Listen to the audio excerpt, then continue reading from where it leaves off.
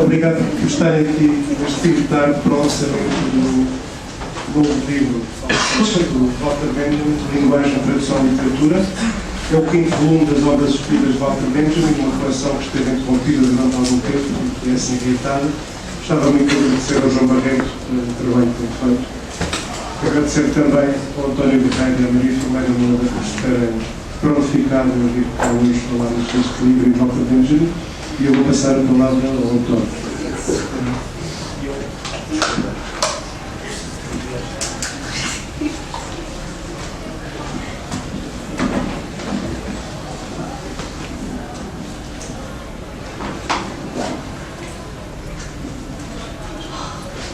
Desculpem, mas acho que estamos todos desidratados.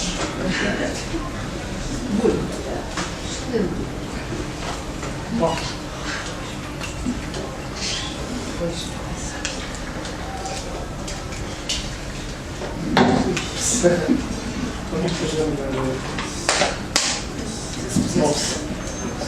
Bom.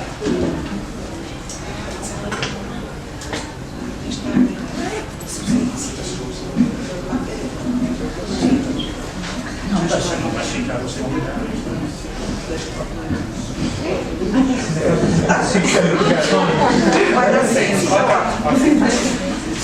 Bom, se quiserem eu estou.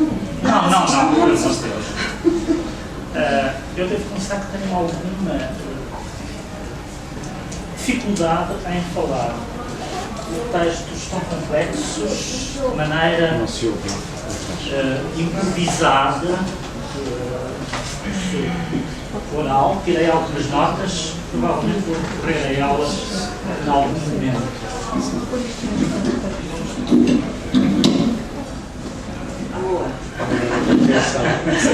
Sim, está ok. Pronto, obrigado.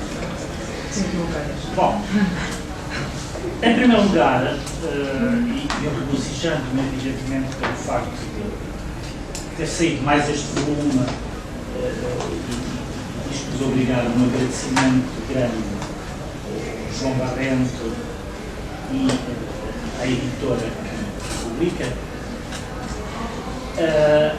Estes textos incluídos neste volume parecem ser textos absolutamente centrais na obra benjaminiana e se nós, enfim, quer dizer, existe por vezes a ideia de que existem duas fases na obra de Walter Benjamin, uma primeira fase e depois uma segunda, mais marcada pelos textos sociológicos, se quisermos, e esta uma fase muito mais de caráter, ou da dimensão teológica, muito mais forte. Ou seja, esta primeira fase, os textos de juventude de Walter Benjamin. Eu acho que esta divisão entre um Benjamin esotérico com S e um esotérico com X revela-se um pouco pertinente e eu pessoalmente não consigo ler o Benjamin esotérico sem X sem recorrer ou sem ter no horizonte todos os textos e as questões centrais que editam a primeira produção esotérica com S do Benjamin, a que esta pertence. Encontramos aqui textos fundamentais, como a linguagem em geral sobre a linguagem em geral e sobre a linguagem humana, textos como a tarefa do tradutor, de alguma maneira, é um texto que amplia e tem relações muito próximas de vizinhança com esse primeiro. Não aparecem aqui, evidentemente, porque trata-se de uma seleção de outros textos de juventude do Benjamin que os leitores mais assíduos e conhecem bem, como por exemplo os textos, o texto sobre os dois poemas do Hölderlin, por exemplo, que me parece também importante. E portanto eu gostaria de, em primeiro lugar, e esta é a primeira nota, é o poder de irradiação que estes textos de caráter, muitas vezes tem uma dimensão fortemente teológica, tem sobre toda a obra benjaminiana, mesmo aquela onde esta dimensão parece estar ausente à primeira vista. Digamos, a concepção, sobretudo este texto central, sobre a linguagem em geral e sobre a linguagem dos homens, onde o Benjamin fala de uma...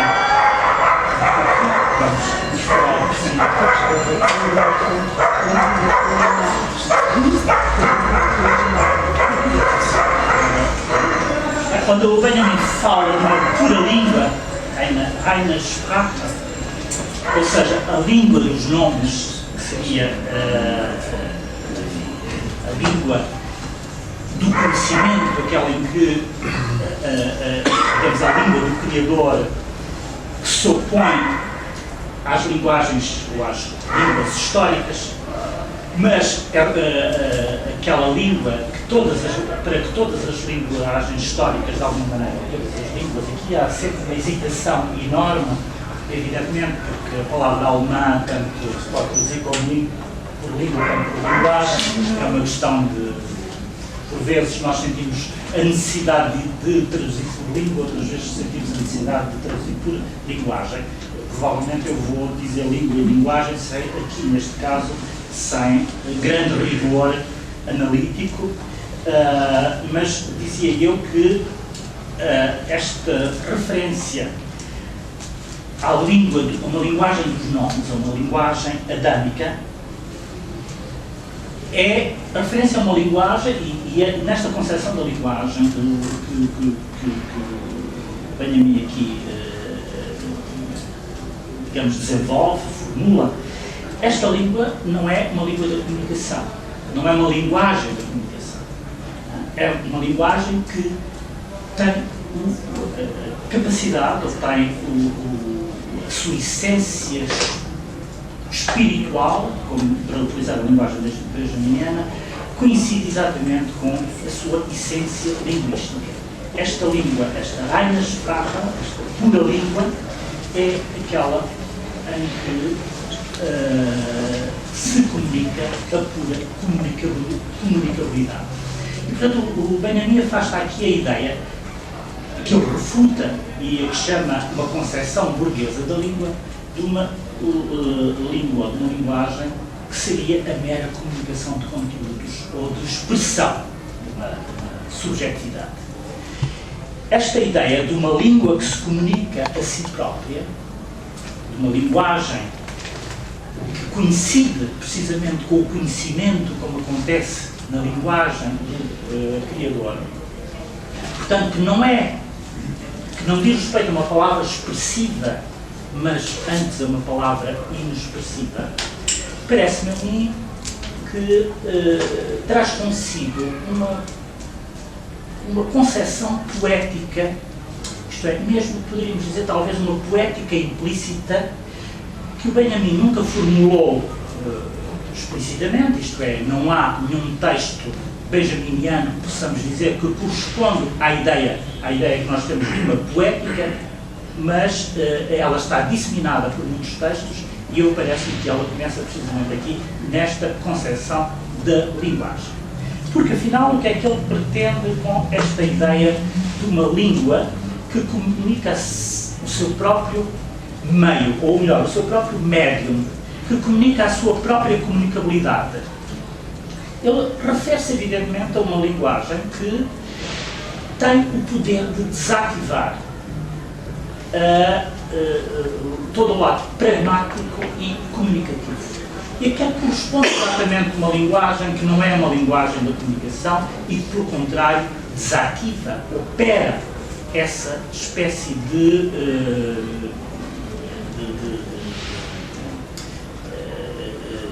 incomunicabilidade, isto é, desativa o poder que reside no não ser comunicativa. É nada mais, nada menos, e nós percebemos isso depois quando lemos tanto quando lemos os textos sobre o Baudelaire, por exemplo, percebemos que trata-se de uma linguagem poética. A poesia, em última instância, seria sempre esta linguagem dos nomes, ou seja, ela aspira a ser a linguagem dos nomes, e todo o trabalho do poeta é um trabalho no sentido de visar esta língua pura, que em última instância só existe na condição pré-lapsariana, não? Como se diz? Pré-queda, portanto, na situação pré-babélica, digamos assim, e toda a poesia seria, do ponto de vista do Benjamin e na concepção que decorre destes textos sobre linguagem e conhecimento, ou sobre a concepção teológica, sobre uma concepção teológica da linguagem, a linguagem da poesia seria, ou melhor, a poética, se existe uma poética benjaminiana, ela começa a ser formulada implicitamente nestes textos de filosofia da linguagem. Mas parece-me que não se trata apenas de uma poética, trata-se também de uma concepção da própria filosofia. E aqui há uma proximidade enorme que o Benjamin estabelece entre, por um lado, a linguagem da poesia, ou melhor, a poesia, a filosofia e a teologia. Portanto, é um trio que tem que ser posto em vizinhança, numa proximidade, que estabelece relações muito próximas entre si e que, em última instância, se definem a partir dos mesmos princípios. Porque, no fundo, como é que o Benjamin define a poesia? A poesia, ou melhor, a filosofia. A poesia não se define por tratar de um determinado tema, não tem um caráter especificamente temático, não se trata de entender, quer dizer, o discurso filosófico não tem um conjunto de temas que lhe sejam próprios. A filosofia consiste precisamente na revelação da linguagem em si própria, isto é, a filosofia é o tipo de discurso que tem consciência da sua própria condição linguística. Isto não é exatamente um linguistic term na filosofia, mas, do ponto de vista do Benjamin, não há filosofia, não há discurso filosófico sem a consciência de que a filosofia pode falar de tudo e de mais alguma coisa, mas tem, sobretudo, de falar do seu próprio discurso, de si própria enquanto discurso. Ou seja, a filosofia não pode perder de vista, ou então não é filosofia, esta condição linguística, esta ideia de que o seu médium é a própria linguagem. E esta concepção da filosofia decorre, evidentemente, da sua concepção da linguagem. Por último, há aqui uma questão essencial e que, de resto, tem que ver, evidentemente, com esta concepção da filosofia, que é uma palavra que surge em Benjamin, que é muito importante, que é a palavra revelação. A palavra revelação, evidentemente, pode nos levar a pensar que ela remete ou indica um conteúdo, digamos que o conteúdo da revelação seria uma espécie de verdade exprimível sob a forma de proposições linguísticas sobre algo que existe, mesmo que se trate de Deus, ente supremo. Mas, do ponto de vista do Benjamin, a revelação não é isso. É antes uma verdade que diz respeito à própria linguagem, ao próprio facto de que a linguagem é, que ela existe. Isso é a revelação. Portanto, em última instância, a revelação é sempre revelação da linguagem a si própria. Uma autorrepresentação ou uma autotransparência da própria linguagem.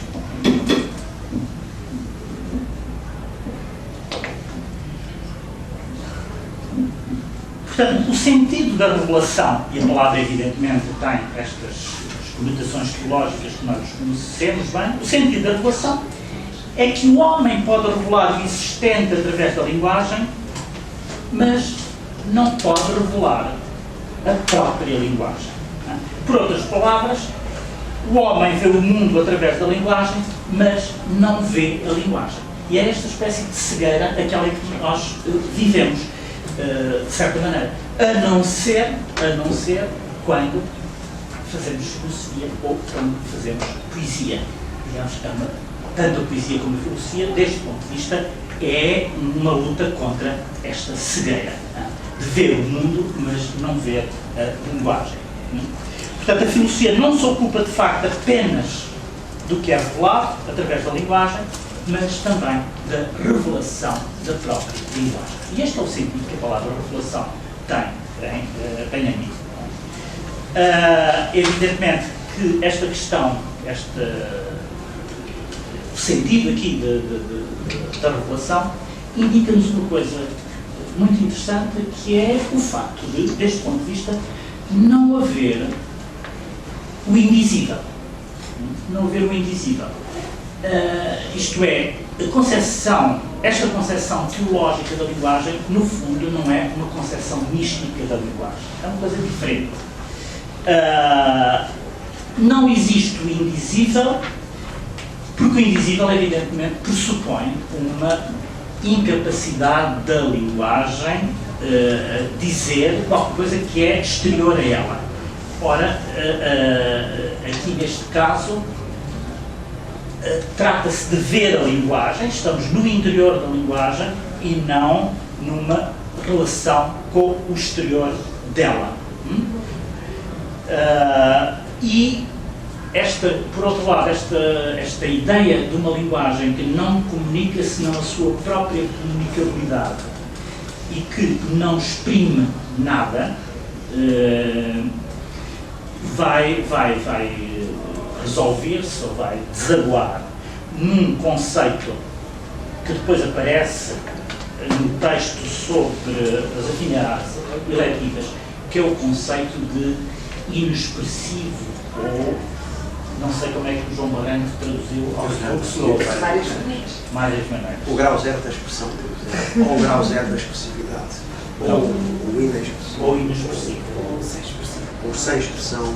Pois. Vou acabar de traduzir esse ensaio. O próximo volume. Ora, é este conceito que vai tornar-se um conceito estético fundamental. Aí, no caso nas afinidades eletivas, de facto é um conceito que nós podemos relacionar, ou que é central numa estética benjaminiana, porque ele pode ser mesmo lido como uma crítica do véu. Um clause de Rousseau, o inexpressivo, é, em Benjamin, uma crítica do véu. E esse conceito estético do inexpressivo, no fundo, começa a surgir aqui de outra forma. Antes de ser um conceito estético, é um conceito da teoria da linguagem. E é, digamos, importantíssimo na medida em que é ele que depois, nas afinidades eletivas, nos permite perceber, por exemplo, que espécie de continuidade, ou de que modo é que a arte estabelece. Qualquer obra de arte, qualquer poema, estabelece uma relação com a vida. A relação entre a vida e a poesia, a relação entre a vida e a arte. Que mostra que uma obra de arte, para ser arte, precisa de interromper esse curso contínuo da vida e produzir uma espécie de cesura, que é outro nome, no fundo, para o inexpressivo, produzir uma espécie de cesura que nos situa, que nos faz situar, digamos, na imanência da obra, naquilo que nela se mostra em si mesmo e que não é a comunicação de algo que é exterior a ela e que não é a expressão de uma anterioridade.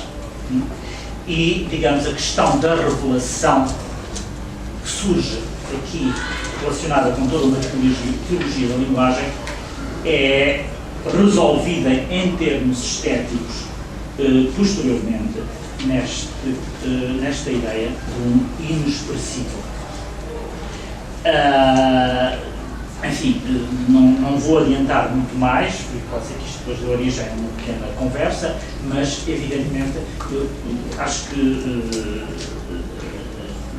quer dizer, o contacto com estes conceitos benjaminianos, tal como eles surgem no princípio da obra, são de um poder de irradiação tão forte que eu acho que nós nunca mais, depois de os lermos, nunca mais conseguimos ler um poema ou ver ter contacto com uma obra de arte que não pensemos neles. Por exemplo, a questão do inexpressivo, que vai um pouco contra, diria contra a corrente, mas contra toda a espécie de lugares comuns sobre a obra de arte, ou sobre a poesia, ou sobre a literatura em geral, parece-me a mim, uma espécie de antídoto e ao mesmo tempo um conceito altamente produtivo para analisarmos uma série de fenómenos mesmo da arte moderna e todas as coisas, por exemplo, tudo aquilo que tem a ver, por exemplo, com uma estética do sublime, tal como ela foi formulada modernamente, que é bastante, não só interessante, mas irrecusável e insuperável. E com isto eu queria agora. Boa tarde. Estou muito satisfeita por estar aqui através do convite do João Rio, do editor, claro, para falar deste quinto volume das obras escolhidas de Walter Benjamin, que o João selecionou, fez essa escolha e traduziu e editou desde 2004, primeira origem do drama trágico alemão, em 2004, Imagens de Extensão em 2005, a modernidade em 2006, o Eixo da História em 2011, não é? 8? Ah, porquê que eu pensei que era 2011? Talvez porque não tenha chegado muito tarde às mãos. E não sei, hoje, mas não sei. E agora, já são 7 anos depois, 2015, não é? Este volume que depois irão ouvir mais pormenorizadamente estava para ser maior e incluir uma série de outros ensaios de Benjamin, sobretudo sobre literatura, mas o João vai falar sobre esse sexto volume.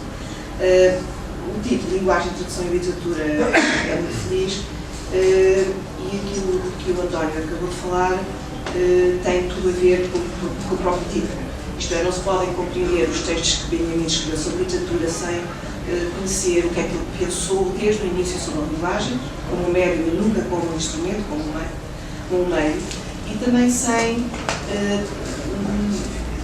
se enfrentar com questões muito difíceis, como sejam essas do Ausdruck Rosa, usa a expressão, ou o inexpressivo, ou o grau zero da expressão, que certamente tem a ver com aquilo que desenvolve nesse texto que o próprio João considera que é quase um texto mítico. Talvez a razão principal é porque ninguém o leia, então tornou-se mítico. Eu acho que é essa a razão principal. A tarefa do tradutor. A tarefa do tradutor é um texto inaugural. Se nós quisermos pensar sobre tradução, é verdadeiramente um texto inaugural, talvez o segundo texto inaugural que eu conheço, depois do texto do Goethe sobre as traduções, e que fazem parte daqueles apontamentos que ele escreve e aqueles comentários que ele escreve no fim do divã ao ocidental oriental. Que é 2/3, aliás, da obra poética é composta por esses comentários, o que é mais moderno, na verdade. E um deles chama-se Traduções. Benjamin leu com muita atenção, leram muitos outros textos, mas esse leu com muita atenção, justamente por causa da versão, da terceira espécie de tradução, que é a versão interlinear, e que tem muito a ver com esta questão do sem expressão. E também tem a ver com uma resistência constante na obra de Benjamin em relação àquilo que nós chamamos o sentido da obra, ou o sentido original. E o verdadeiro tradutor não se pode preocupar com o sentido, senão não pode traduzir. Fará um resumo, nunca fará uma tradução. É bom o tradutor perder-se na obra, desconhecendo até ao fim o seu sentido.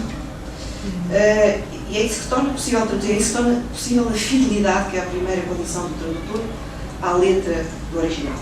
Mas eu não ia falar da terra do tradutor, porque é um texto que me apaixona, como já devem ter reparado, e que eu leio já li dezenas de vezes e espero ler outras tantas dezenas, mas tinha muito a ver com o que o António tinha dito.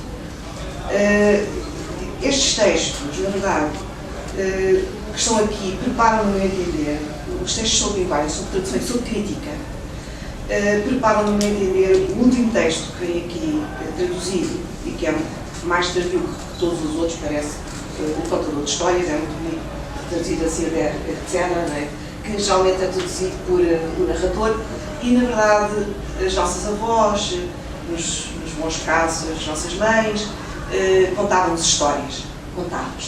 E o Benjamin lembra isso. Exatamente. E na tradução francesa ele não usa narrateur, como depois. Ele próprio diz que é do conteur. Exatamente. E o contador de histórias tem logo uma série de associações imagéticas muito, muito fortes e em relação à nossa recordação também produzem um efeito muito poderoso, muito mais poderoso que a tradução por narrador. Não sei se lembram que no início de Hélas pour moi, de Jean-Luc Godard, o narrador, o contador de histórias, mas neste caso é mais o narrador, mas também é um contador de histórias constante ali.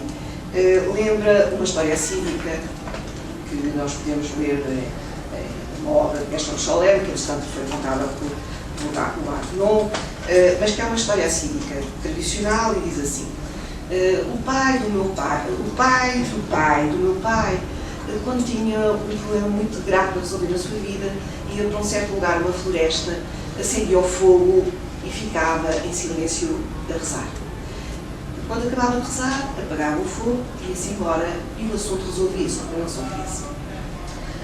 O pai do meu pai, quando tinha um grande problema para resolver, ia para o mesmo lugar da floresta, mas já não sabia acender o fogo. Rezava durante um tanto tempo e ia-se embora. O meu pai já não sabia rezar. O fogo já tinha passado e já não sabia rezar, mas conhecia o lugar da floresta. Ia ao lugar da floresta e tentava concentrar-se. Eu já não conheço esse lugar da floresta. Estas 4 gerações correspondem àquilo que Benjamin descreve como o arruinamento ou o esfacelamento da experiência.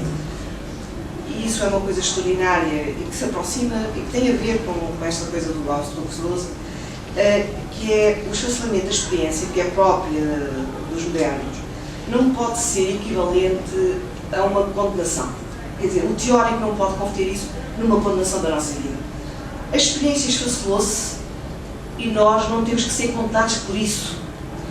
Temos é que observar a beleza que tem a experiência a esfacelar-se. Isto é, já não conhecer nem a floresta, já não saber rezar, já não saber fazer fogo. Isto é uma espécie de diferença essencial e que eu acho que percorre a obra de Benjamin toda, mas que ganha uma grande atividade em certa altura, a diferença entre memória e remuneração. A memória, ele diz que a mulher Lozinda é a musa da epopeia, na verdade é a mãe das musas e não a musa da epopeia, mas não está mal que ele tenha dito que é a musa da epopeia, porque na verdade a epopeia é a experiência poética em que a memória está mais presente, mais evidentemente presente. E a experiência da epopeia é uma experiência que, segundo Benjamin, se deslaçou a partir de certa altura e deu origem, por um lado, ao contar das histórias e, por outro, ao romance. Desde o início, digamos que há romance desde o início, como há contador de histórias desde o início. O que não há desde o início é o desaparecimento da epopeia. Isso é que não há. E a epopeia desapareceu, na verdade. O que nós temos é o que foi deslaçado. Por um lado, contar histórias, por outro lado, o romance. E por seu lado, ou por outro lado, a eclosão do romance na época moderna implicou o desbaratamento da experiência de contar histórias. É difícil haver romance e ao mesmo tempo contar-se histórias. Isso tem a ver, por um lado, com a relação entre memória e remuneração, por outro lado, tem a ver com a diferente relação com a morte e, por outro lado, tem a ver com o sentido. Em geral, os contos não têm sentido nenhum. às vezes têm uma moral, mas não têm sentido nenhum.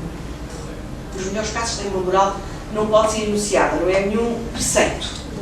É, quando te vires nestas vascas de dor, ou quando te vires nestas desgraças, pode ser que a história do rapaz mais novo que saiu de casa muito cedo, ou do que era tratado mal pela família e depois salva a família, coisas deste género, não se traduzem em preceitos mais tarde, mas traduzem-se numa coisa que não é o sentido. A minha experiência ficou esclarecida, ficou assente em qualquer coisa que a faz continuar. O contar histórias tem sempre a ver com a continuação, com a repetição. Nunca há fim à história, ela pode ser sempre retomada.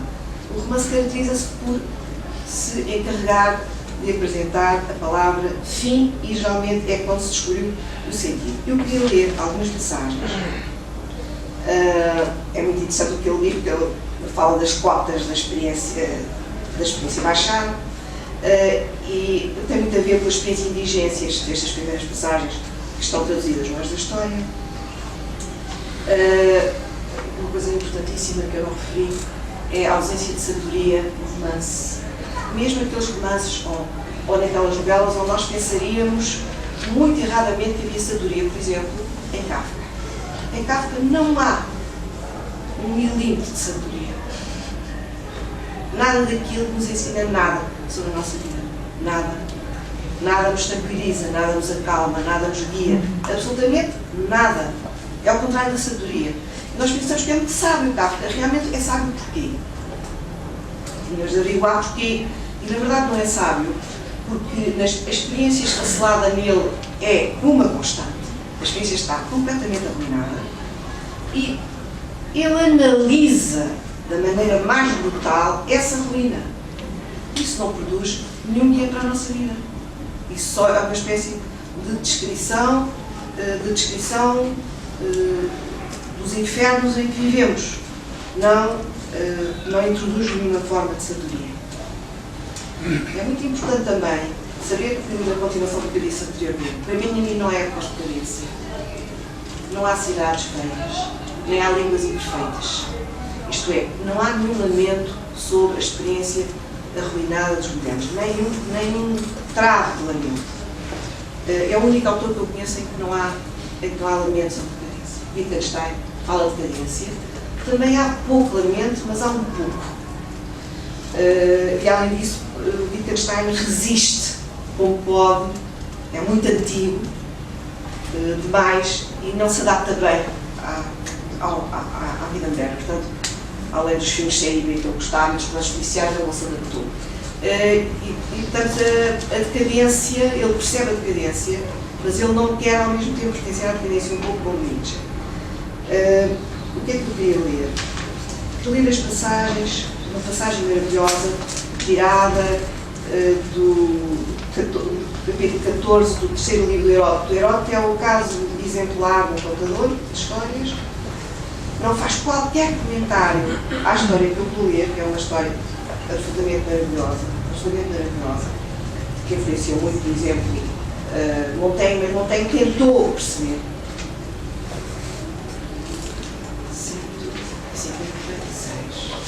156 ficaram assim.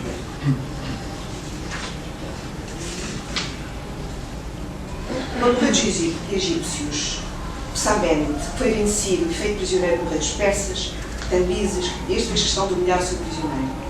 Deu ordens para que expusessem Psaménite na estrada pelo qual iria passar o protesto triunfal dos persas. E organizou ainda as coisas de modo para que o prisioneiro visse passar a filha, agora nas condições de serva, com o canto canta para ir à fonte, enquanto todos os discípulos lamentavam e clamavam perante este espetáculo. Psaménite permaneceu calado e impassível, de olhos postos no chão. E pouco depois ouviu passar a filha arrastada, fileiros que iam ser executados, manter-se também impassível. Mas ao deparar com um dos seus criados, um homem velho e pobre, no meio dos prisioneiros começou a bater com os punhos na cabeça, dando sinais da mais funda tristeza. Heródoto não faz qualquer comentário. Montaigne faz um comentário, diz que foi a gota na taça do sofrimento, e depois Benjamin ensaia 4 ou 5 interpretações, algumas delas, aliás, cheias de humor, que eu não irei ler, depois irão ler essas passagens na página 55 e 55. O que eu acho mais extraordinário é que Heródoto não perde uma palavra para explicar, ele não perde. Não é possível explicar uma coisa que tem que ser subitamente compreendida como uma imagem. É como aquela imagem que ele descreve maravilhosamente de Proust no dia da morte da avó. Proust não deixou cair uma lágrima durante todo o dia. Está traduzido nas imagens do pensamento. E quando chegou à noite e começou a descalçar as botas, inclinou-se e as lágrimas começaram a escorrer pela cara abaixo. Porque ele tinha feito um gesto que era preciso fazer, que era diminuir toda a atenção do corpo, abandonar-se à inclinação, e então as lágrimas puderam sair. É uma imagem que subitamente, neste caso, é um movimento do corpo. Ele é mais forte que a imagem. Mas no caso nós vemos um movimento do corpo, vemos o homem que estava impávido, impassível, a ver passar a sua filha como escravo e o filho como condenado à morte, e de repente alaga sem lágrimas com a visão do seu criado. É essa espécie de experiência fisiológica, fisionómica, que eu queria falar aqui muito neste texto, e imagética, que é forte e não simples. As outras passagens são sobre a morte, que eu acho verdadeiramente, há uma coisa que é o não ter tempo. Não ter tempo, nós não temos tempo. É uma experiência muito moderna não ter tempo. E um conto pede tempo. O conto pede tempo para ser contado e para ser recontado e para ser repetido. Essa experiência do não ter tempo, há um texto é extremamente interessante, peço que os leiam na página 159. Agora, as páginas que me interessavam ler eram 160 e 161 e depois 162, que têm a ver com a maneira de ver a morte. Ele lembra muito bem que na Idade Média não havia um quarto na casa onde uma pessoa não tivesse morrido. E nas nossas casas não morre ninguém. Por exemplo, não se lembram dos cadernos Malte Lauritz Rieger, do Rainer Maria Rilke, em que ele escreve a morte muito longa dos novos que ele descreve, a casa que ele vai, que morre durante 2 semanas. Tomou todo o seu tempo para morrer.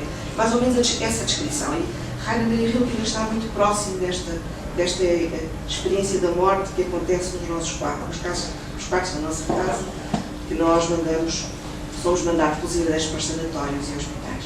Como bem a mim, na infância, por exemplo, a avó, como se morria ou não morria já na casa. Já na casa. Sim, exatamente.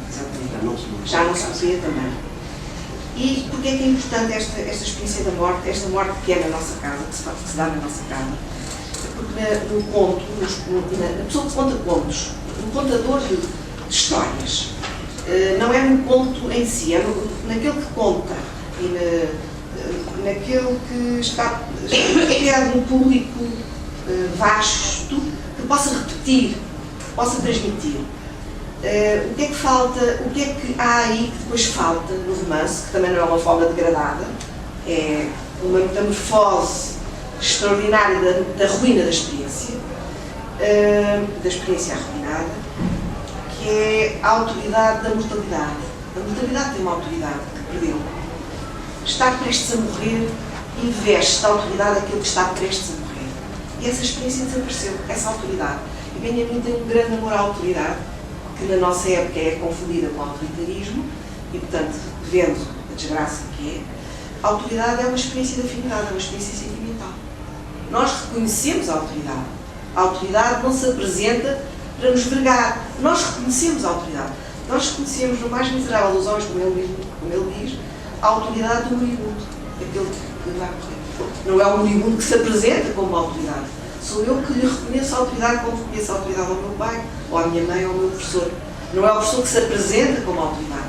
Sou eu que reconheço através do sentimento de afinidade que me escolhi discípulo ou me escolhi filha. Isso é uma descoberta, não é? É uma descoberta que faz parte, é por isso que as experiências de afinidade são tão importantes para ele. Ainda há bocadinho o António falou das afinidades eletivas, e não é por acaso que ele vai buscar esse texto, e esse texto fala daquilo que fala. que não tem a ver com o sentido, a afinidade não tem nada a ver com o sentido, tem a ver com o reconhecimento do parentesco. E que é traduzido, aliás, esse texto absolutamente brilhante de Benjamin, analogia e parentesco, não é? Analogia de Verwandtschaft. E Verwandtschaft tanto se pode traduzir por afinidade e parentesco, que às vezes eu também traduz por afinidade, mas em relação ao nosso pai ou à nossa mãe é parentesco, não é óbvio. Portanto, acho que a escolha foi muito bem, apesar de eu ter inicialmente traduzido Verwandtschaft por afinidade. A morte é a sanção de tudo aquilo que o contador de histórias pode narrar. Diz esta coisa maravilhosa, o mesmo modo como dizer que a pessoa humana, ao fim da vida, põe em movimento uma série de imagens, visões de si próprio com os quais se encontrou sem se dar conta. Assim também, subitamente, aquilo que é inesquecível, e na tarefa do tradutor ele diz esta coisa extraordinária, inesquecível, mesmo que seja esquecido, mantém-se inesquecível. Ele utiliza um recurso absurdo, teológico, à mente de Deus, a mente daquele que nunca esquece, mas na verdade é um recurso que é muito poderoso, mas é indireto, não prova aquilo que ele quer dizer com o inesquecível. O que é que prova que o inesquecível não pode ser esquecido, mesmo que todos nós humanos o esquecêssemos? É porque o inesquecível não é uma fórmula provisória da nossa vida. É uma coisa que toda a vida nós estamos a procurar. Se nós nos esquecemos disso, o que será de nós? Nós esquecemos-nos do inesquecível, está à nossa espera. Essa é a ideia. Portanto, o recurso ao argumento teológico é extremamente interessante, mas é demasiado para como prova, não pode se surgir como prova, mas é um alicerce fundamental na minha vida, como o António mostrou. Então, o inesquecível, que ele raras vezes fala, mas aqui volta a falar, e também fala da afinidade, se manifesta nos seus gestos e olhares com fluida tudo o que diz respeito àquela autoridade que até o mais desgraçado ladrão tem na hora da morte, em relação aos vivos que o rodeiam. E essa relação com a vida é fundamental, a sobrevida. Ele fala em relação à crítica tem a ver com a sobrevida, com a sobrevivência da obra. E a obra só vive-se com o nosso sangue. Se o nosso sangue não entrar lá, é um conjunto de coisas mortas, como coisas mortas, que o autor está mais que morto, não há nada a fazer. Na origem da matéria e das histórias está esta autoridade. Ele começa depois a 11ª secção, com esta morte e a sanção, tudo aquilo que o contador de histórias. Então, em relação ao romance, o que é que ele diz? É absolutamente extraordinário que ele diz. Vem enganando a página, acho que diz aqui. A recordação é aqui, a página 168. Primeiro fala da solidão do leitor de romances. Muito mais que qualquer outro leitor, o leitor de romances está só. Na sua solidão, o leitor de romance absorve a sua matéria de forma mais ciumenta do que qualquer outro. Está exposto a apropriar-se totalmente dela, de certo modo a devorá-la, coisa que não acontece com o que houve na história. O que houve na história está a ser inundar, é para depois inundar. Não quer nada aquilo para si. Pode dizer-se que destrói e engole essa matéria como o fogo faz com as achas na lareira. As imagens do fogo e da lareira são fundamentais em desde o início. Atenção que através do romance é muito semelhante ao suportar que às chamas da lareira e examina o seu jogo. Agora vem esta passagem que é fundamental, a relação entre a morte, a remuneração e o sentido. É um material seco que alimenta o interesse ardente do leitor. E que quer isto dizer? Um homem que morre com 35 anos, disse Moritz Heimann, é em todos os pontos da sua vida um homem que morre com 35 anos. Mas Benjamin diz que não é bem assim. Isso é do ponto de vista daquele que ficou vivo, daquele que está a escrever a história, daquele que está a lembrar. A história enquanto romance, não a história do contador de histórias. Do ponto de vista daquele que estava vivo, isso nunca foi verdade. Isso é fundamental. Mas do ponto de vista do romancista, isso é sempre verdade. E continua, é absolutamente extraordinário que já não lembrava desta passagem. Nada de mais livroso do que esta frase. Sentes medo porque ela se engana no tempo verbal. Um homem, é esta a verdade que se pretendia defender, como aos 75 anos, apresentar-se-á para a remuneração em cada ponto da sua vida como um homem que morre aos 35 anos. Mozart, por exemplo, acho que era 36. Por outras palavras, a frase que não faz sentido para a vida real torna-se incontestável para a vida remunerada. E o romance é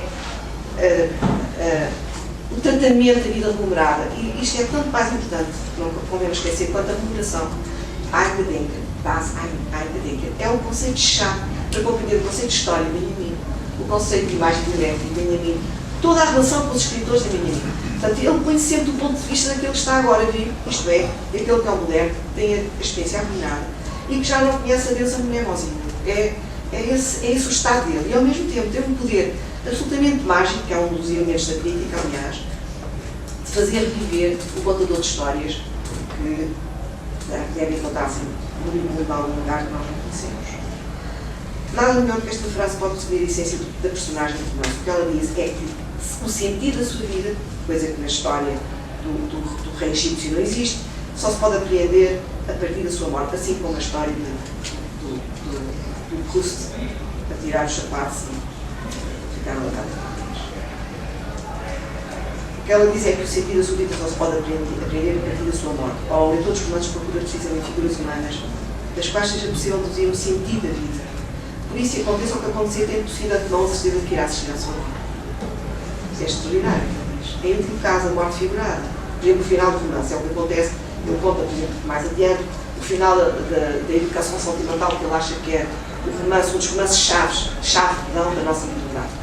E, na verdade, eles encontram-se, os dois amigos, e dizem: lembras-te do que nos aconteceu um dia quando éramos muito pequenos? Fomos a um bordel e levámos um grande ramo de flores à patroa. E depois fugimos. E depois riem-se muito, muito, muito. E dizem: então agora podemos dar isto por terminado. E depois aparece a palavra fim.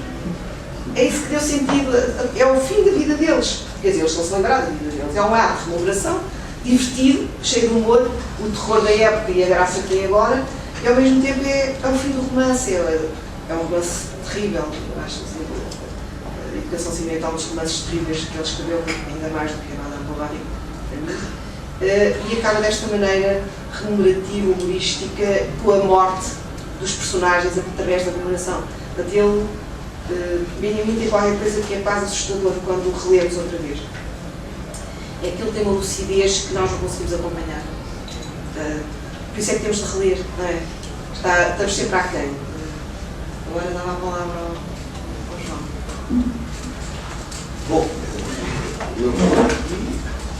não é propriamente o documentário comentadores, do lado que só está há muitíssimos pontos, como disse o António, muitíssimo poderia pegar. Alguns deles tocam naquilo que a mim me interessava lembrar, mais lembrar propriamente, como, por exemplo, um aspecto que começou o António, a composição deste livro. É uma questão que se coloca, é uma questão de fundo em toda a obra de Benjamin e em toda a tentativa de a organizar. Ela não é organizável, de facto. Lembro de critérios muito diferentes de várias edições que têm surgido, também nas línguas. Lembro, por exemplo, da edição italiana da Einaudi, que resolve seguir um critério estritamente cronológico, por exemplo. Também. E o que é que acontece? Acontece que, por um lado, isso faz justiça a qualquer coisa que é muito de Benjamin. Qualquer pequeno fragmento ou uma crítica a um livro de ocasião, completamente esquecido, pode ser tão importante e é como um dos grandes ensaios.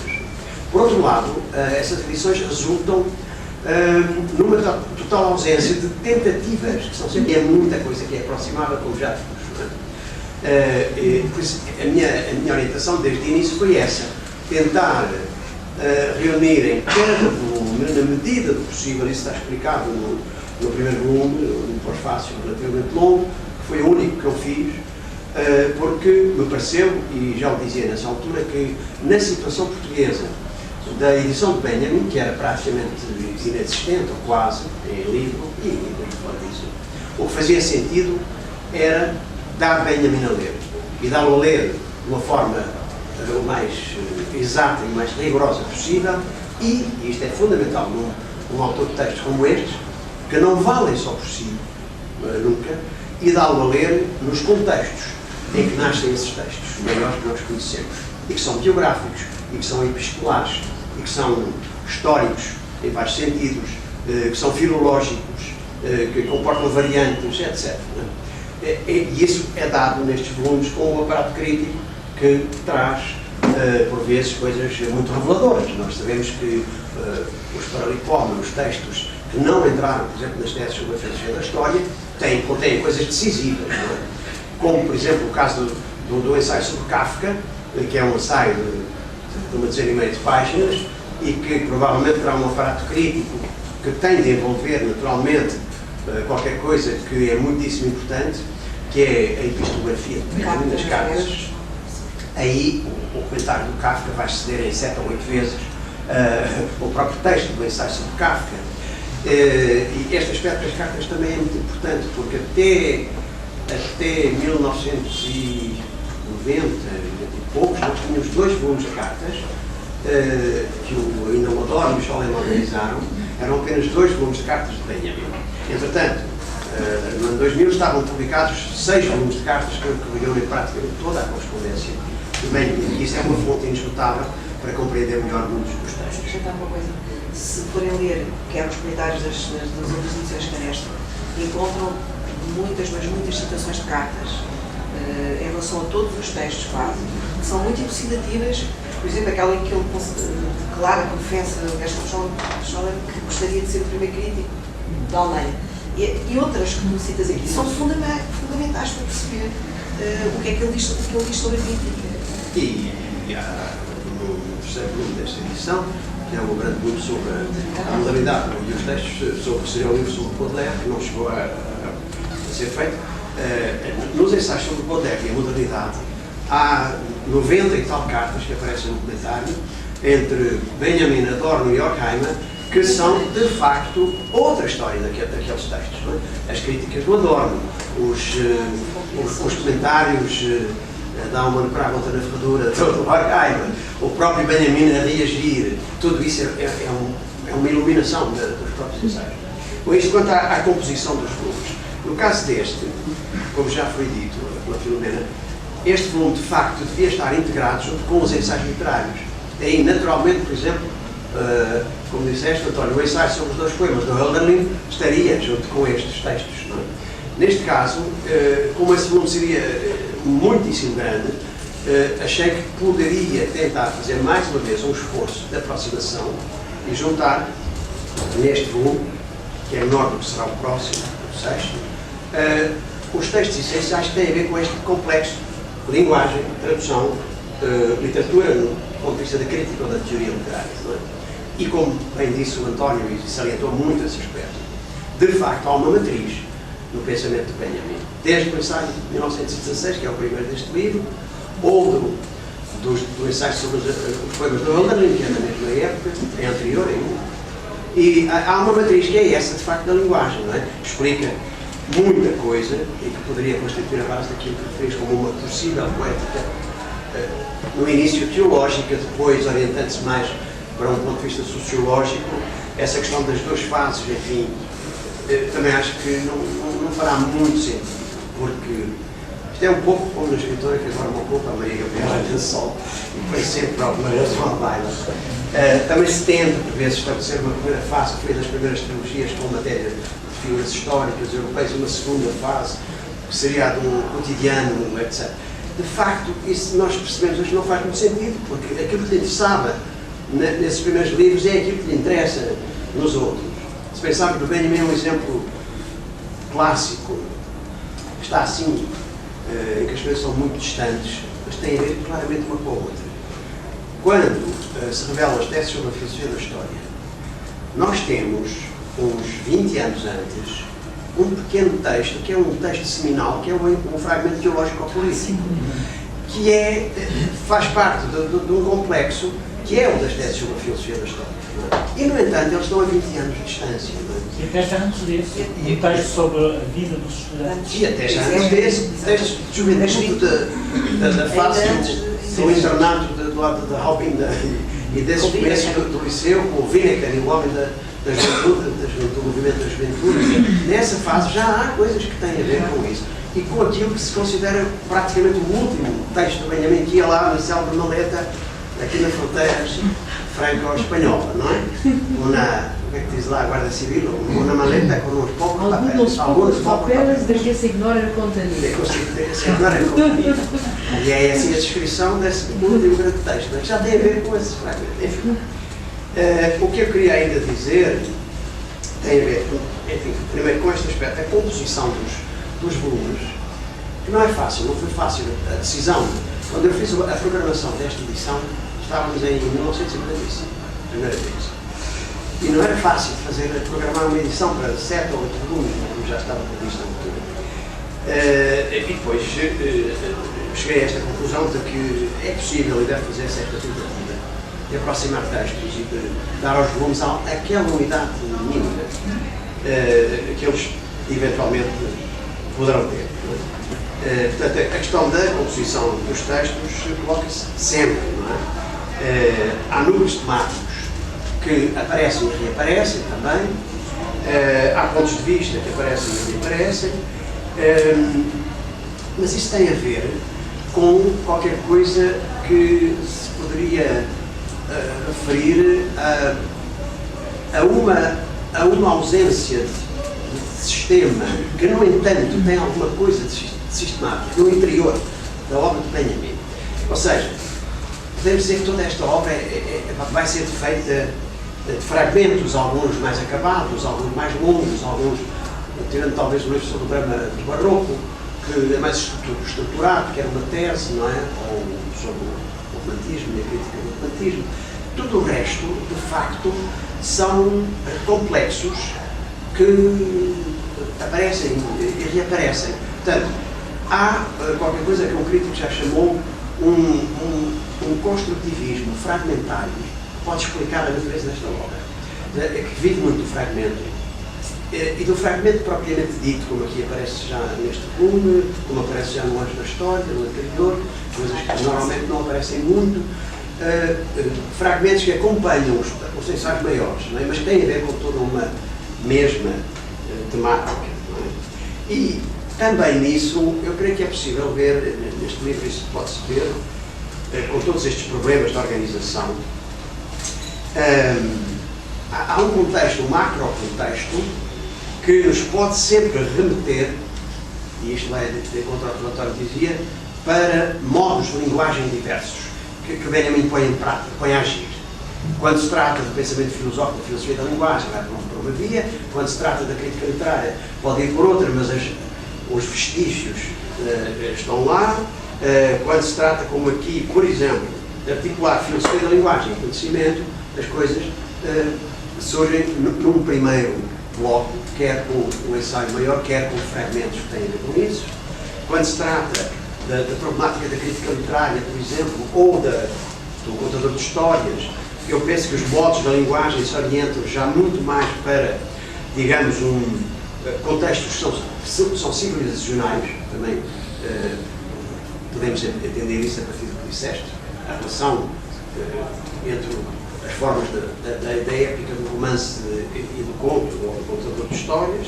Quando entramos, digamos, na zona que é muito importante no Benjamin também, que é do símbolo, da simbologia em geral, do jogo, etc., aparecem textos-chave, como a doutrina das semelhanças ou a faculdade mimética, que poderiam estar noutro volume. O António, quando saiu a modernidade, dizia: pois, aqui também poderia estar o contador de histórias, ou a doutrina das semelhanças. Claro, podia, mas o plano da edição já era outro nessa altura. Portanto, eles vieram parar aqui, não é? Tal como o texto sobre o Hölderlin, os dois poemas do Hölderlin, irá aparecer no início do próximo volume, como o ensaio, o grande ensaio sobre as atividades educativas, que é daquelas que agora ao relerem e a traduzir, é daqueles em que parece que tudo foi lá convergir e estamos em 1922. Muito cedo, não é? Ou seja, muita coisa vai convergir ali e muita coisa irradia dali para diante. E este é um método, de facto. Enfim, há outra questão que a mim me preocupa muito e que também foi aqui explorada, que é o problema para quem traduz e tem que fixar um texto, Benjamin, que é o problema da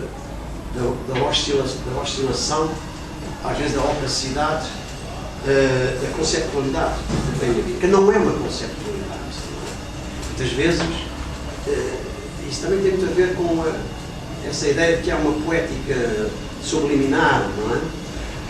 Que não é uma conceptualidade, é um pensamento imagético, como também já se disse. O Bilddenken, o pensamento do Benjamin não funciona através de sistemas conceptuais, mas funciona muito através dessa via do Bilddenken, da imagem, do pensamento imagético. É? Isso coloca problemas, naturalmente, muito particulares à tradução, também já tentei comentar ali no início, não é? Coisas tão simples e tão complicadas, como aqui neste primeiro ensaio, a questão da língua e da linguagem. A certa altura é difícil de decidir se a Sprache em alemão é a língua ou a linguagem. É muito difícil, já não é tão complicado. Se aparece lá Name ou Wort. E mesmo o Wort não é óbvio se é palavra ou se é verbo. que é mesmo, talvez. E estas questões são, ou muitos outros casos, a tarefa do tradutor não é a tarefa do tradutor, é uma coisa essencial a toda a tradução, que é a renúncia do tradutor. E também falaste disso. É a renúncia do tradutor. Assistir de encontrar o sentido, por exemplo. Por isso ela acaba daquela maneira. Os grandes textos têm a sua versão interlinear e é disso que se trata, dessa versão interlinear, não é?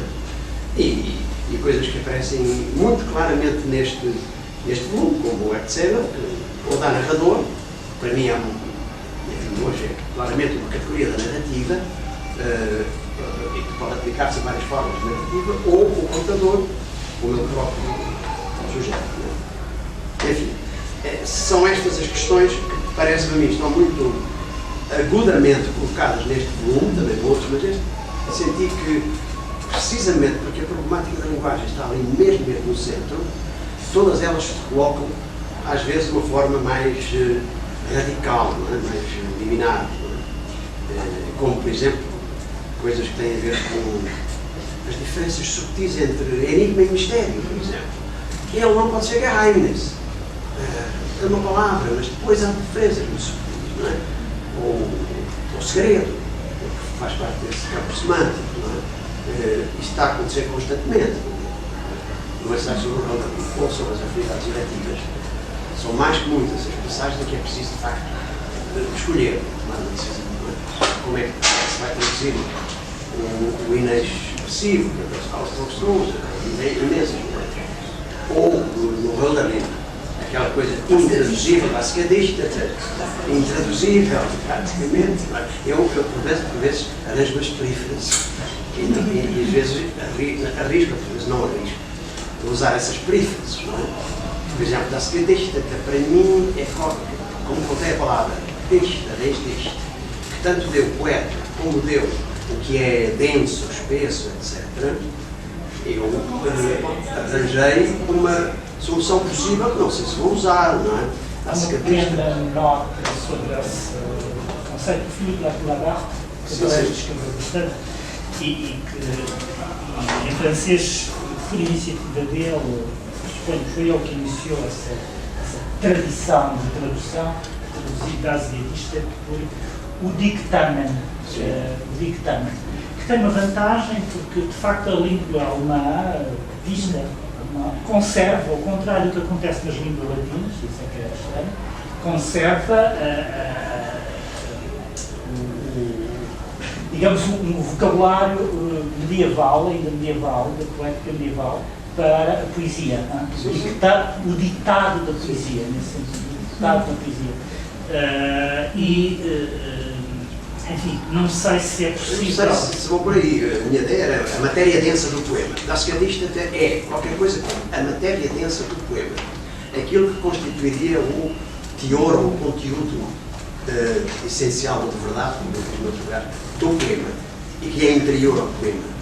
O dictamen sugere quase coisa de exterior ao poema. Ao poemado, ao poetizado, ao poematizado, que talvez seja mais aceitável. Poematizado. Não tem fim, ainda vai acontecer muitas vezes, não é? Estas situações, estas necessidades de tomar decisões, não é? Como a questão que há referias quando falaste da língua e do conceito de Reina Sprache. Já tive uma grande discussão no Brasil uma vez, foi lá um encontro a propósito da tradução com índios de várias etnias, que era uma coisa curiosa, porque nós não fazíamos boa ideia disto, não é? Disto, nada, mas são um caso extremo de relação com a língua, ou com as línguas, e tinham alguma experiência de traduzir os seus dialetos próprios para o português, não é? E aquilo era curioso, e alguém dizia, não, o Benjamin fala da pura língua, e eu achava que não era pura língua, aliás, é a língua pura. A pura língua seria uma espécie de essência da língua, sim, qualquer coisa que contém a língua e não mais. Em português, sim. A língua pura é qualquer coisa que remete, acho eu, que lhe interessa, a própria lhe interessa a ele, que é uma noção de origem, que é uma noção arquetípica, que é uma noção desse tipo, não é? Eu acho que isso tem, e depois isso reflete-se na tradução do ensaio sobre a tradução, tal como a questão do nome adâmico, do nome da palavra, do verbo, se reflete logo no primeiro, dos ensaios, não é? Mas isso tem naturalmente tem explicações por outras vias, por exemplo, a questão da língua adâmica que falaste, para mim isso liga-se a uma situação que aparece no Platão, é a questão do prático, da filosofia da linguagem, que já posta aí, apresentando duas linhas que depois tiveram desenvolvimentos completamente diferentes, não é? E que é a questão da coincidência ou não coincidência do nome uma coisa. Tem uma coisa que eu acho muito curioso aí, é que Uma das posições. estando, tenho a certa altura muito ligado às questões, todas as questões do romantismo, até por causa dos seus estudos sobre o estético e os seus estudos sobre o romantismo, ele vai procurar uma origem da linguagem que não tem que ver com toda a mitopoética romântica e a questão da origem da linguagem na metaforização, que no fundo é uma concepção muito romântica, mas vai procurá-la na narrativa bíblica. Sim, a origem da linguagem. E esse desvio em relação à matriz romântica parece-me ser bastante interessante e aqui, neste caso, que importa ser notado. Não, a raiz é teológica nele, é o que me interessa. Mas acho que está preocupado com o Não, aqui é mais a coincidência. O modelo é bíblico. É que eu estou a O pensar. texto bíblico, o Gênesis, é realmente a fonte. E é a fonte porque ele não conhece nenhum outro texto, também é da tradição dele, da nossa tradição, em que a linguagem seja tratada daquela maneira. Isto é, que se tenha concebido primordialmente três linguagens. Não há origem da linguagem. Há três linguagens. Uma divina, que é a linguagem que cria, criadora. Outra que nomeia. E na nomeação há um poder que Platão brinca com isso. É um brincalhão. Mas é a questão da coincidência. Mas há das coisas. E a das coisas é preocupante, porque a das coisas, como nós só conhecemos a linguagem das coisas já depois da hora natal da linguagem humana, isto é, depois da saída do paraíso, a linguagem das coisas vai ter com a arte, que é coisa que não existia no paraíso, não há poesia nem arte no paraíso. Portanto, a queda é a origem da poesia, e a origem da filosofia, e a origem do texto religioso. Não há outra origem, não é? A queda. E acontece que essa linguagem das coisas vai aparecer como uma espécie de... Mesmo na poesia, ele diz isso no fim do texto sobre a linguagem, mesmo na poesia, há um elemento da linguagem da poesia que não pertence à linguagem dos nomes, pertence à linguagem das coisas, o que é inacreditável, porque faz com que haja uma parte da nossa experiência da linguagem nomeadora que não pode ser bem salva, não há uma redenção através da nomeação. Fica aquém da nomeação e provavelmente transporta esse aquém para um além da nomeação também. Não é porque nós não temos acesso à nomeação, ao nome adâmico, nesse sentido. Perdemos. Eu acho que temos acesso como nós perdemos, mas nós temos acesso. Como é que nós temos Nem acesso nada. se o perdemos? Nós só podemos ter acesso se não o perdemos inteiramente. Não há maneira de lá chegar, não há imaginação que chegue. Quer dizer, vem uma raposa e nós temos raposa, uma lâmpada nós temos lâmpada. Nós percebemos, a criança diz lâmpada, quando chega a dizer lâmpada é uma palavra complicada, mas ele dá esses exemplos, os exemplos são dele. Raposa e lâmpada são bem. Mas, na verdade, nós gostaríamos de, quando as coisas se aproximam de nós reconhecê-las como nome. E eu acho que o único acesso que nós temos é a poesia. Sim. A filosofia em menor grau e o texto sagrado ou o texto religioso. Sim, pode ser uma coisa privilegiada. Porque não há outra. Como é que tu queres adivinhar o que Adão fez? Se Não, nós, não se trata de adivinhar. Não se mas trata é que nada de a descrição adivinhar. que ele faz Trata-se de- importa e comporta uma experiência que ele pode ter. Senão o acesso é puramente simbólico e não é só puramente simbólico. Não, mas é que eu penso que sim, que a partir da saída do paraíso, nós entramos numa zona do humano e aí começámos todos, como diria o Rio, como diz na primeira dia, a cometer o erro de distinguir. A linguagem é distintiva. A partir daí não há recuo possível. O paraíso está colhado, já desceu lá, essas coisas. Claro, mas há uma presença, se quisermos, um eco privilegiado em casos como os da poesia. Sim, Não é? sem dúvida. Noutros casos não. Aí parece que tu de repente descobres que se pode dar o nome pela primeira vez. Ou de não é? algum pensamento. Ou de algum pensamento. Por exemplo, estava a lembrar também nessa questão Mas sempre no poder. da coincidência. A minha questão da coincidência interessa muito aqui, porque se havia qualquer coisa nessa linguagem adâmica, que, como o Benjamin diz, é a que nomeia e não a que designa, não é a do signo, é a do nome, então é essa da coincidência, do nome com a coisa. Há uma indistinção absoluta. Mas ao mesmo tempo ele diz que é uma tradução. Portanto, não há uma coincidência. A coisa sente-se, é reconhecida. Sim. Mas não há e esse sentimento da coisa, em relação a nós, é que é difícil encontrá-lo, porque as coisas fazem todas de nós. Claro, isso é. Nós vamos estragá-las, nós vamos utilizá-las, nós vamos comê-las, portanto, faz tudo de nós. Ninguém se aproxima, mas há casa em que se aproxima. Os gatos são assim, não se aproximam logo. Sim, isso tem que Está. Então, a poesia é uma espécie de gato. E é. Não chegaremos lá.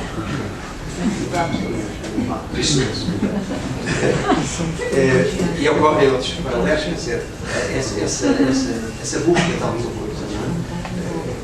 Estava a lembrar do Heidegger, do ensaio do Heidegger sobre linguagem, que há uma formulação assim, liminar, que é como ele diz, do ponto de vista da sua ontologia, que isso vai no sentido que vocês viram tiveram a dizer, é que a língua, para corresponder a essa noção de língua que destacaste, como qualquer coisa que a si própria se nomeia, observa, pensa, etc., é aquilo que o Heidegger designa como Sprache spricht, como das Wesen west, que é uma coisa que não se diz normalmente.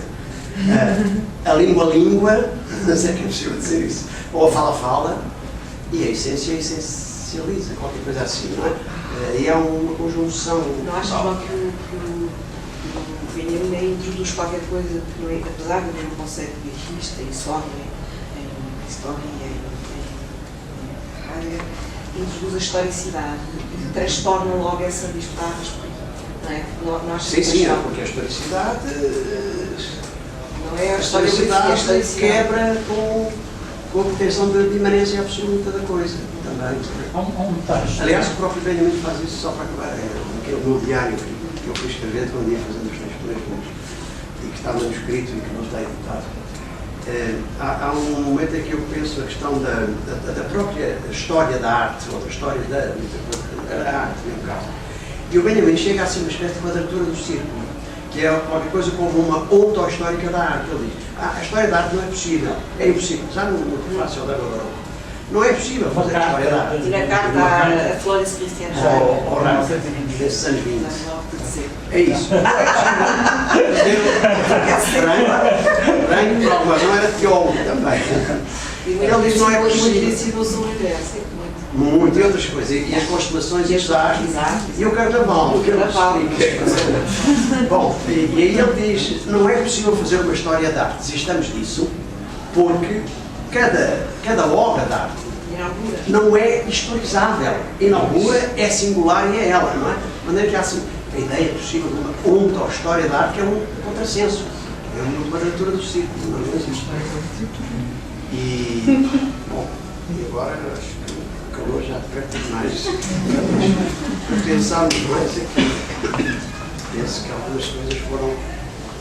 Os próximos volumes, só para acabar, serão o 5º volume, o 6º volume, que é um volume bastante maior, que reúne o essencial dos ensaios literários de Benjamin, portanto, sobre figuras literárias, desde Goethe, as atividades eletivas, etc., até ao século XX, até Proust, Surrealismo, Valéry, Gide, outros franceses, passando por Kafka e talvez ainda alguns autores menos conhecidos, como Gottfried Keller, como o homem que o Sebald, um autor muito conhecido hoje, desenterrou para nós também, o Johann Peter Hebel, que é um autor muito interessante para ele. Enfim, esses autores irão aparecer no 6º volume, que é maior que este. E depois temos finalmente 2 grandes volumes, maiores ainda do que esse, se calhar, que é o livro das passagens, que subdividimos em 2. E com isso, bom, eu tenho já outras ideias, mas vai ser consigo fazer. Era interessante fazer mais cartas do Benjamin, que não sejam as desta esfera propriamente mais ligado aos textos que se vão cartas publicando, cartas dele. Há fases interessantíssimas, por exemplo, que vocês não sabem, como nos começo dos anos 30, quando ele começa a sair e vai meses para Ibiza, vai meses para o sul de França, essas viagens, há ali um conjunto de correspondência muitíssimo interessante com a Greta Adorno, com o próprio Adorno, com muitas outras figuras, que dão um pouco essa fase, que ainda não é a do ensino parisiense mais duro, mas já é o anúncio disso. Ou os diários dos começos, da juventude, a correspondência com os colegas do Liceu de Berlim, também são coisas mais deste tipo biográfico, não é? Que ainda mereceriam eventualmente alguma edição mais tarde. Não sei se... Obrigado. Mais alguma coisa.